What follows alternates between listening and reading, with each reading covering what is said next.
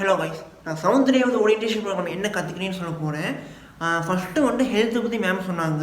அந்த ஹெல்த்தை பற்றி வரும்போது உங்களுக்கு ஆல்ரெடி எல்லாமே தெரியும். ஏன்னா சோஷியல் மீடியாவில் எல்லாமே ஹெல்த்தை பற்றி நிறைய கண்டென்ட்ஸ் இருக்குது. ஆனால் நான் என்ன சொல்ல விரும்புனேன்னா, ஃபஸ்ட்டு உங்களோட டீத்தை பத்திரமா பார்த்துக்கோங்க. ஏன்னா இப்போ நீங்கள் நீங்கள் எத்தனை பேர் டீத்தை ஃபஸ்ட்டு ஒழுங்காக ப்ராப்பராக டெய்லி ப்ரஷ் பண்ணுறீங்க. இப்போ நீங்கள் டீத்தை ஒழுங்காக ப்ராப்பராக ப்ரஷ் பண்ணாமல் இருந்தீங்கன்னா அது உங்களோட டீத்தை பாதிக்கும். இப்போ உங்களோட டீத்து பாதிச்சுன்னா உங்களால் கரெக்டாக ஃபுட்டு சாப்பிட முடியாது. இப்போ உங்களால் கரெக்டாக ஃபுட்டு சாப்பிட முடியலன்னா உங்கள் பாடியில் நீங்கள் கரெக்டாக ஃபுட்டு இல்லைன்னா என்ன பாடியில் ஒவ்வொரு பிரச்சனை நடந்துக்கிட்டே இருக்கும். ஸோ ஃபஸ்ட்டு விஷயம் ஹெல்த்தை பற்றி வரும்போது உங்கள் டீத்தை பத்திரமா பார்த்துங்க. இதுதான் நாங்கள் ஃபஸ்ட்டு விஷயம் கற்றுக்கிட்டோம். அடுத்து ஒரு கேம் விளையாடுவாங்க. இது சிம்பிளி இந்த கேம் லைக் யாரெல்லாம் அமேங்கஸ் கேம் விளையாடிருக்கீங்க. இப்போ நாங்கள் பார்க்க போகிற கேம் அமேங்கஸ். ஆனால் எங்கள் கிளாஸில் அதுக்கு வச்ச பேர் வேர் உல்ஃப். சேம் செப்பரேட்டாக 50 பேர் இருப்பாங்க. ஒரு 5 குரூப் 6 குரூப்பாக பிரிஞ்சுக்கிட்டோம். ஒரு குரூப்புக்கு 6 பேர் இருப்பாங்க. அண்ட் இந்த கேமில் எக்ஸ்பிளைன் ரொம்ப கஷ்டமான அமேங்கஸ் கான்செப்ட் தான். அந்த 6 பேர் 7 பேரில் ஒரு கருப்பாடு இருக்கும் கைஸ். அந்த உல்ஃப் இருக்கும். அந்த wolf soldiers, we have a Trojan. நம்மளை அழிக்கிறதுக்கு நம்மள மாதிரியே நமக்குள்ள ஒரு கருப்பு ஆடு நுழைஞ்சிருக்கு. அதை கண்டுபிடிச்சு பலி கொடுக்கணும். வில்லேஜர்ஸ் கொள்ளணும். அது கொள்றதுக்கு முன்னாடி அந்த உல்ஃப் யாருன்னு சொல்லிட்டு நாங்கள் சொல்லணும்.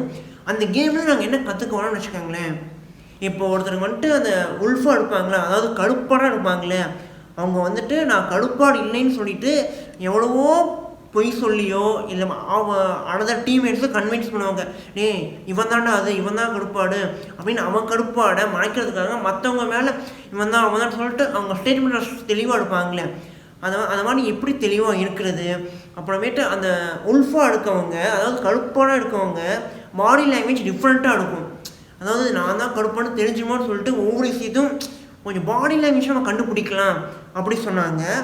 அந்த மாதிரி பாடி லாங்குவேஜ் மேலே நம்ம keeping on guy body language கண் எடுக்கணும். ஏன்னா அவன் கடுப்பானு சொல்லிட்டு நார்மலாக செயல்படுன்னு சொல்லிட்டு ஏதோ ஒரு விஷயத்தில் ஒரு சின்ன தப்பு பண்ணியிருப்பாங்க. அதனால் மற்றவங்களோட பாடி லாங்குவேஜ் மேலே நம்ம ஒரு கண் எடுக்கணும். அப்புறம் வேற என்ன கற்றுக்கிட்டோம்னா, உங்கள் கூடி உங்கள் பக்கத்துலேயே ஒருத்தர் இருப்பான், நல்லவன் மாதிரி பேசுவான். மேம் வாழைப்பழம் மாதிரி பேசுகிற மேம் தோணும். நல்லா மேம் பேசணும், அப்படியே வாழைப்பழம் மாதிரி பேசுவாங்க மேம். இவங்க பேசுறத பார்த்தா எப்படியாப்பட்டவங்கள தான் விழுந்துருவாங்க. அவனே ஒரு உல்ஃபாக இருக்குது, அதாவது கடுப்பான இருக்க வாய்ப்பு இருக்குது. So don't trust them easily. அந்த மாதிரி ஒரு பாயிண்ட் ஆஃப் வியூன்னு சொல்ல வராங்க. அண்டு நெக்ஸ்ட்டு என்ன பண்ணணும்னா கைஸ், மத்தியானம் ஒரு கேமோட போயிடுச்சுன்னு நினைக்கிறேன். That's it and half. And thank you guys. B motivated, feel motivated. Harish Kumar.